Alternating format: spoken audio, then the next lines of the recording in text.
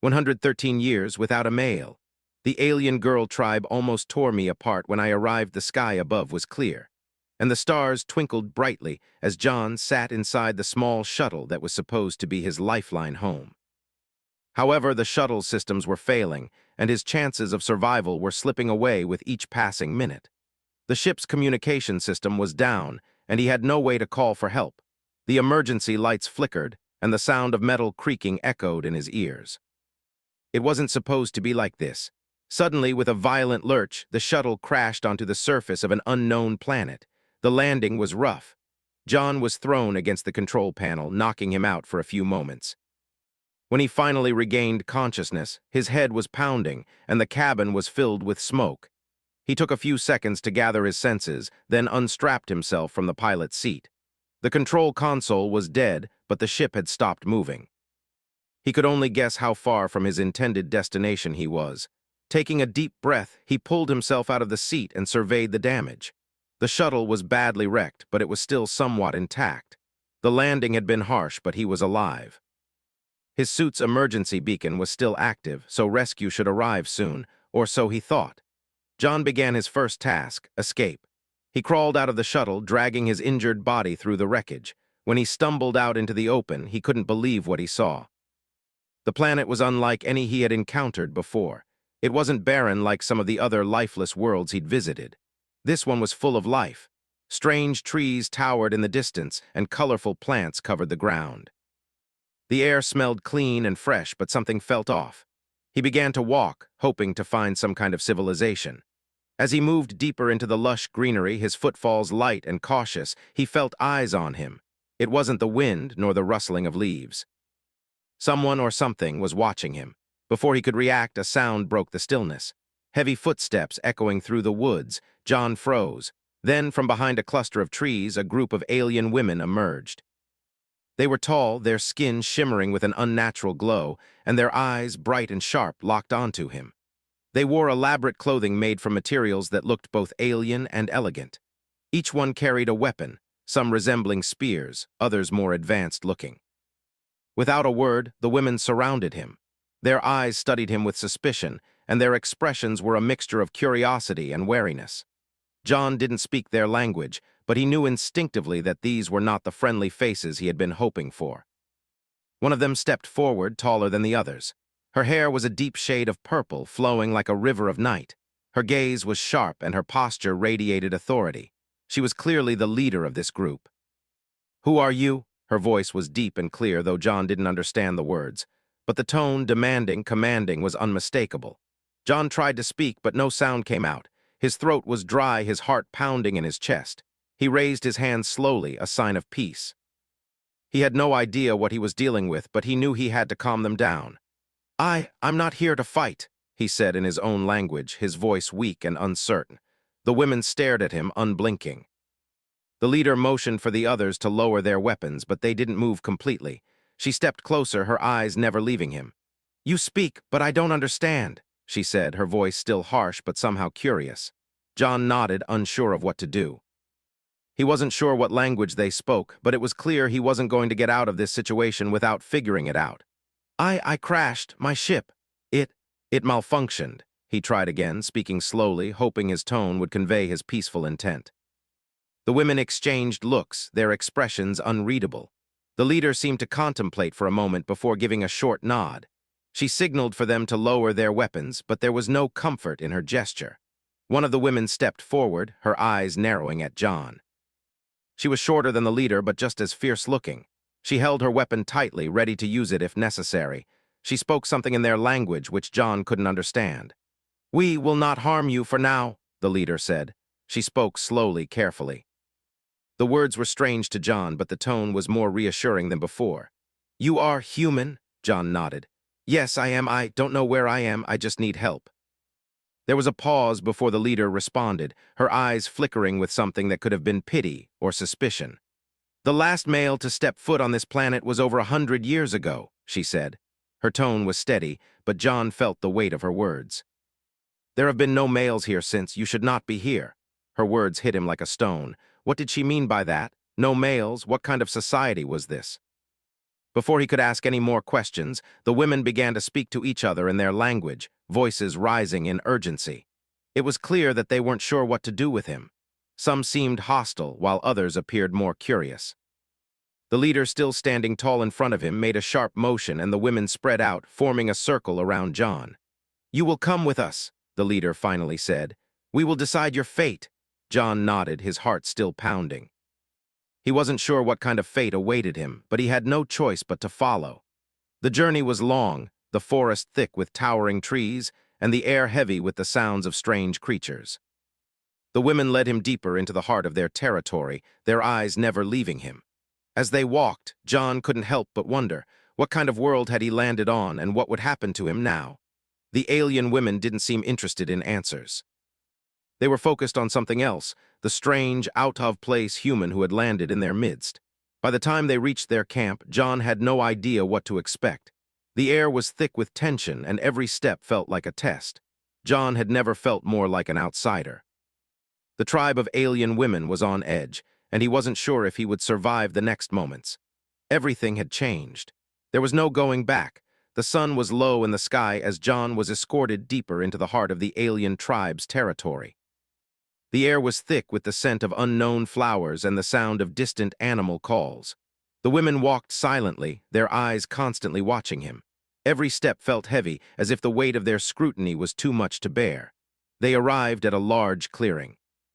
There were huts made from materials he didn't recognize, and the camp was buzzing with activity. The women moved around quickly, their tasks efficient and purposeful.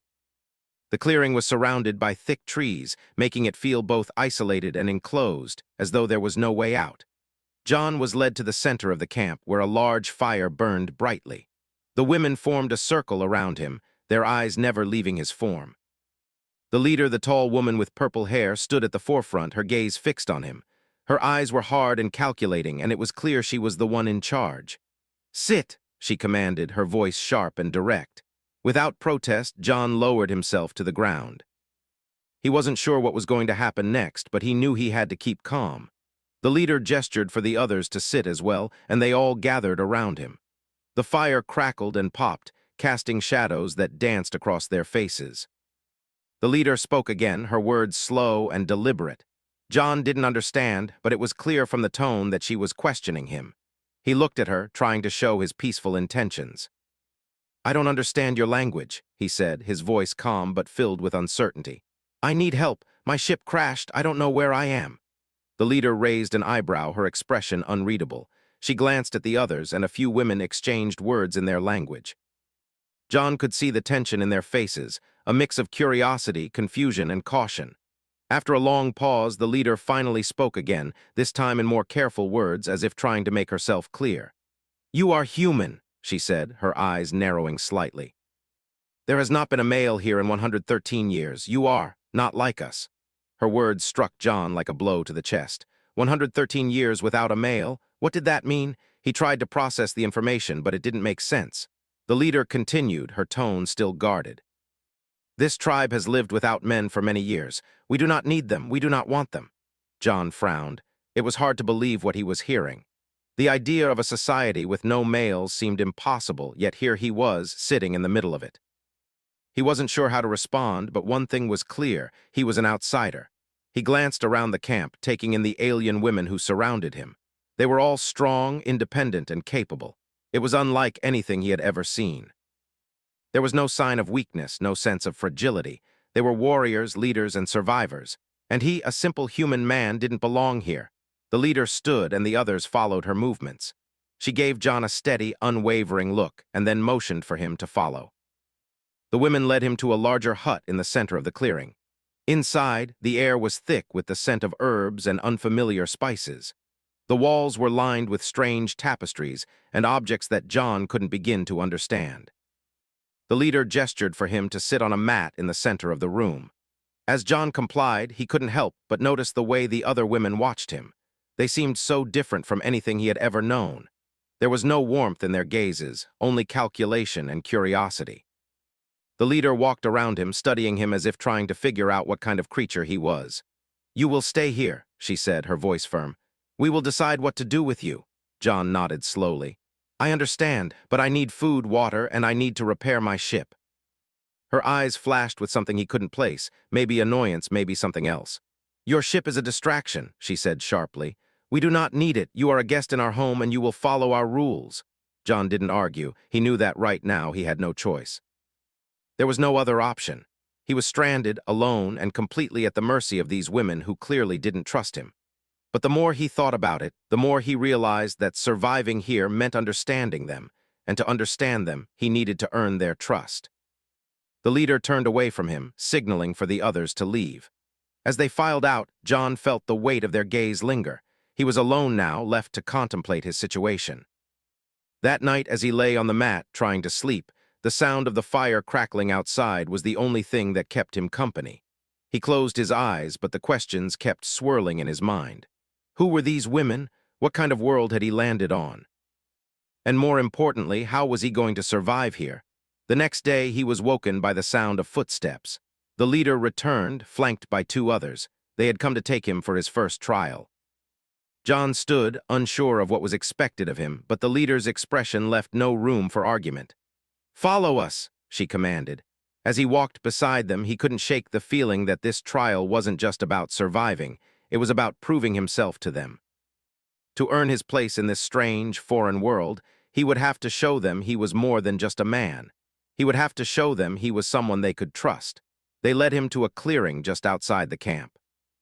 The ground was covered in rough terrain, and in the distance he saw a large rock formation. The women made a motion indicating that John should climb it. "Climb," the leader ordered. Without hesitation, John moved toward the rock, his muscles aching from the crash the day before. He gritted his teeth as he began the climb, his fingers gripping the rough edges of the stone. The women watched him closely, their eyes sharp and unblinking. It wasn't until he reached the top, breathless and exhausted, that he saw what they had in store for him. At the summit, there was a small tree, its branches twisting and turning in unusual shapes. The women motioned for him to bring back a piece of its bark. It seemed like a simple task, but John knew it was. There was something more to this, something he had yet to fully understand. The leader's eyes never left him as he began the descent, each step measured and careful. He knew this was only the beginning, and that much more awaited him. The morning after the trial, John woke up to the sounds of the camp coming to life around him. The sky outside was painted in shades of orange and pink, and the air felt cooler than the previous night. He stretched, his body aching from the climb, but he pushed the discomfort aside. The trials were far from over. As he stood, he noticed the leader, the woman with purple hair, watching him from across the camp. Her eyes were sharp, like a predator observing its prey. John knew that this was just the beginning of what would be a long road to earning their trust. Every moment here was a test. The women in the camp seemed to have divided opinions about him. Some still looked at him with suspicion, while others were more curious, watching him as if trying to figure out what kind of man he was. His presence had clearly disrupted their world, and they weren't sure how to handle it. John wasn't sure either, but he knew he had to prove himself if he wanted to survive.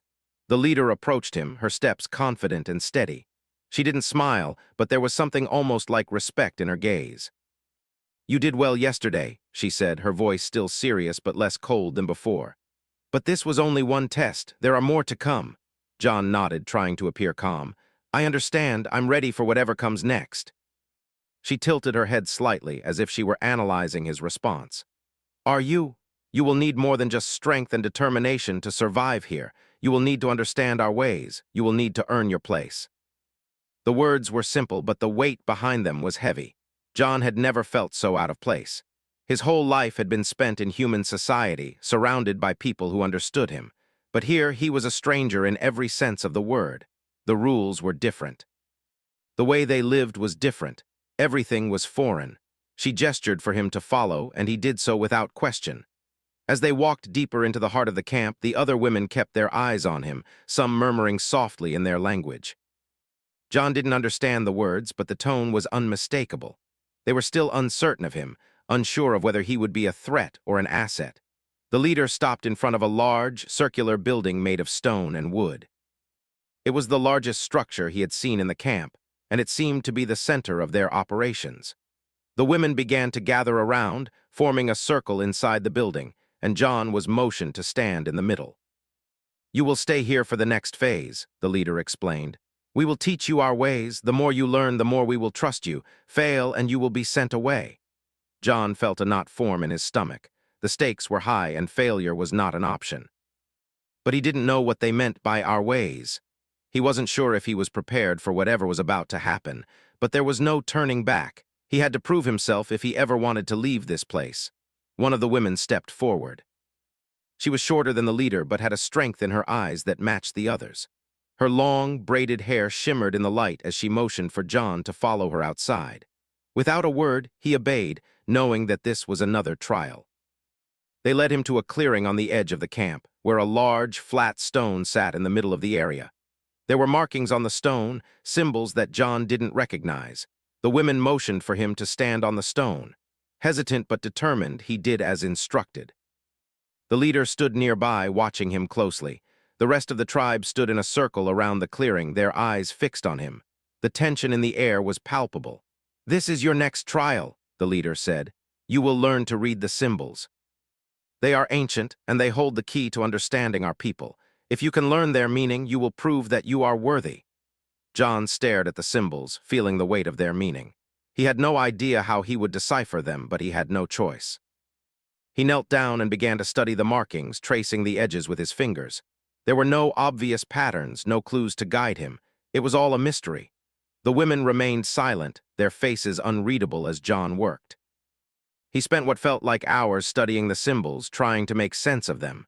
The more he looked, the more the symbols seemed to blur together like pieces of a puzzle that he couldn't quite fit. But he couldn't give up. He had to do this.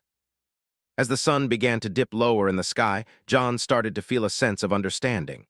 The symbols weren't just random. They were connected to the natural world, to the trees, the stars, the animals. They were a language of the land, a way of communicating with the earth itself.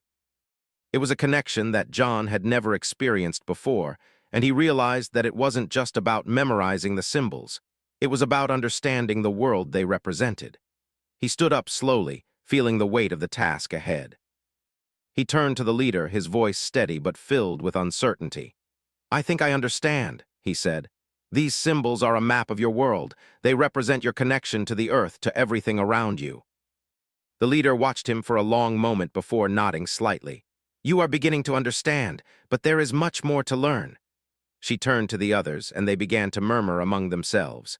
Some of the women seemed impressed, while others were still unsure. The leader walked over to John, her eyes piercing as she examined him. "You've passed the first step, but there are many more trials ahead. Do not let your pride cloud your judgment. You must remain humble." John nodded.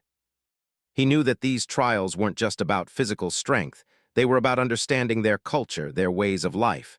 He had to learn everything, or he would never survive here. The leader turned and motioned for him to follow her. "Come. There is more for you to learn." As they walked back to the center of the camp, John couldn't help but feel a sense of accomplishment. He had passed the first trial, but he knew there was still much to do.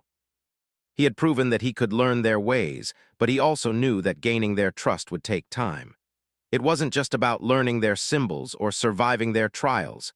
It was about earning their respect. And that he knew would be the hardest part of all. The days began to blur together. Each trial, each lesson seemed to stretch on endlessly. John was learning faster than he had expected. The symbols, the customs, the rituals of the tribe. It was all so foreign to him, but he was slowly starting to fit the pieces together. His body was sore from the physical challenges they had set for him, and his mind was constantly racing, trying to understand the deeper meanings behind their teachings. He was no longer just an outsider, at least not entirely. The women were beginning to view him differently, some with curiosity, others with a tentative respect. But the leader, the tall woman with purple hair, remained as distant and hard as ever. She hadn't fully warmed to him, and John wasn't sure if she ever would. Her trust was something that seemed almost unreachable. That day, the leader called him once again. He had just finished a task, gathering herbs from the forest as instructed, when he saw her standing by the edge of the camp. She had a serious expression on her face, her gaze as piercing as ever. "Come," she ordered. "There is something you need to see." John followed her without hesitation. He had learned by now that when she spoke, it was important. She led him through the dense woods, her pace steady and unwavering. The trees towered overhead, their branches creating a thick canopy that blocked out much of the sun. The air was heavy with the smell of earth and leaves, and the ground was soft beneath his boots. He could hear the distant sounds of birds and animals, but otherwise it was eerily quiet. They walked for what seemed like hours. The forest grew denser, and John began to feel a sense of unease. He wasn't sure where they were going, but he didn't dare ask. The leader had her own way of guiding him, and he had learned not to question her. Eventually, they reached a clearing. In the center of the open space, there was a large rock much bigger than any John had seen before. It was covered in moss and vines, and the air around it seemed charged with energy. The leader stopped at the edge of the clearing and motioned for him to approach. "This," she said, her voice soft but firm, "is the Heartstone. It is sacred to our people. It holds the power of the land, the power of our ancestors. It is a place of great importance." John stepped forward, feeling an odd sense of reverence. The rock was unlike anything he had ever seen. It was smooth to the touch, yet there was an energy in it, something that made the hairs on the back of his neck stand up. He could feel the weight of its history, its significance, but he didn't understand why it was important. "The Heartstone has always been here," the leader continued. "It is where our people draw their strength. It is where we come for guidance, for clarity, and it is where we face our most difficult trials." She looked at him, her eyes searching his face as if trying to gauge his reaction. "You will come here when the time is right. It will be your final test. Only then will you truly understand what it means to belong here." John swallowed hard, feeling the weight of her words. The final test.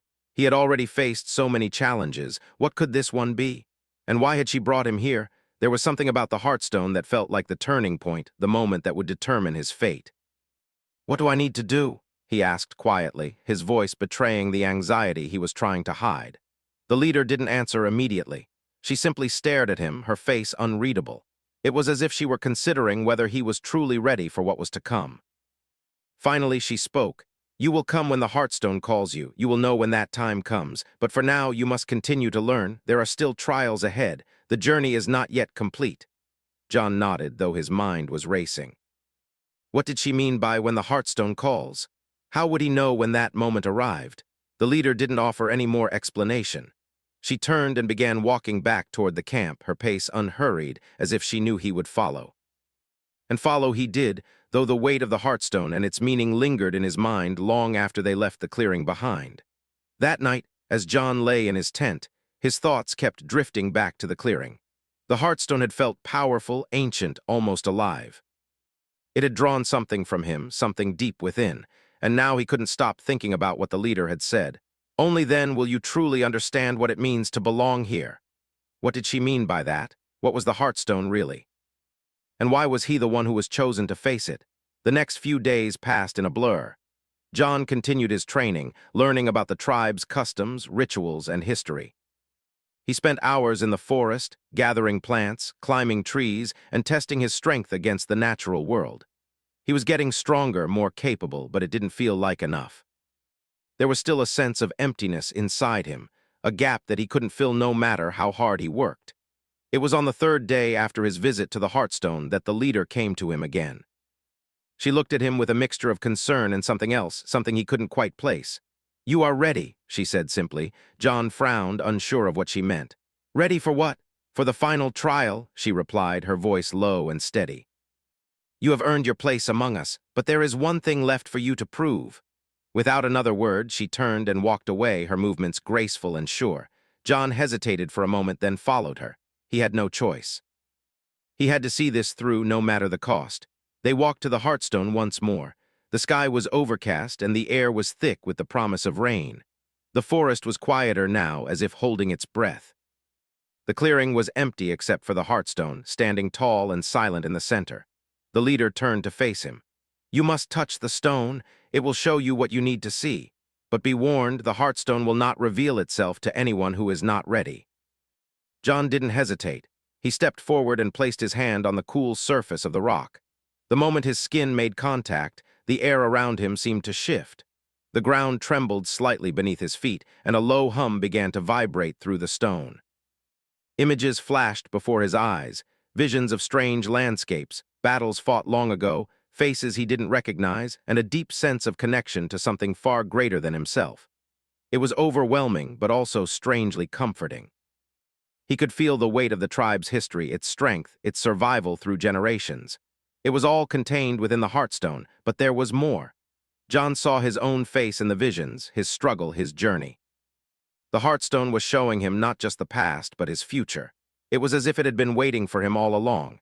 He stepped back, breathing heavily. The images slowly faded, but the feeling lingered. The Heartstone had shown him everything he needed to know. He wasn't just a stranger here. He was a part of something much larger, something that had been waiting for him. The leader watched him silently. There was no surprise in her eyes, no judgment. She simply nodded. "Now you understand," she said. John nodded, though words failed him. The journey wasn't over, but it had changed him. He had earned his place, and the Heartstone had shown him the path forward. The days after the Heartstone trial felt different. John no longer felt like an outsider. He had touched the Heartstone, and in that moment everything had changed. He had seen things, visions of the tribe's past, glimpses of his own journey, and an undeniable sense of belonging.